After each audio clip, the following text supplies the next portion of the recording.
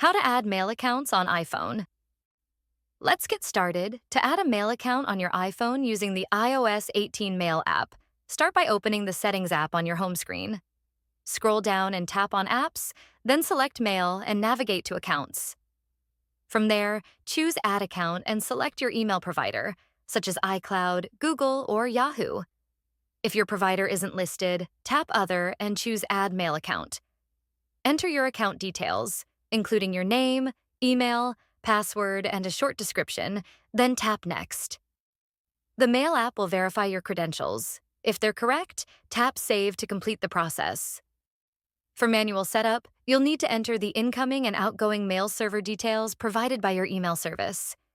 If any issues arise, double-check your settings or contact your email provider for support. If you found this video helpful, don't forget to hit the like button and subscribe. Thanks for watching.